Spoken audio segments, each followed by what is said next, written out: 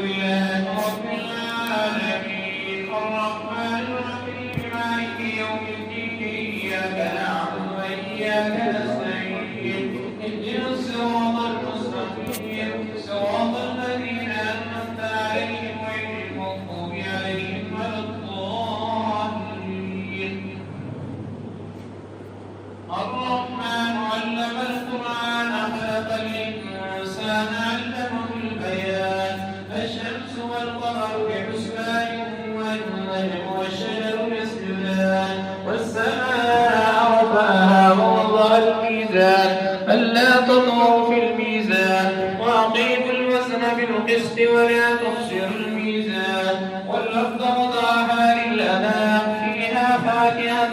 والنخل ذات الأكمام والحب ذو العصف والريحان فبأي آلاء ربكما تكذبان خلق الإنسان من صلصال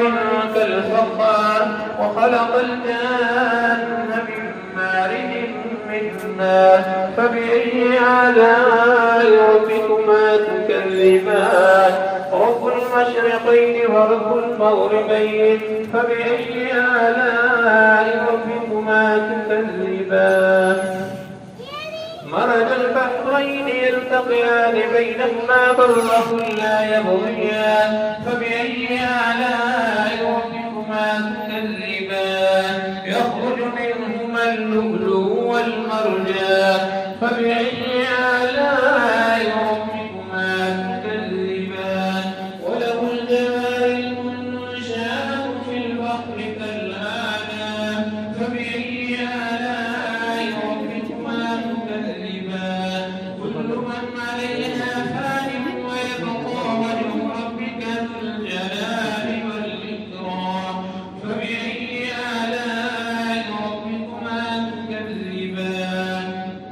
يسأله من في السماوات والأرض كل يوم هو في شأن فبأي آلاء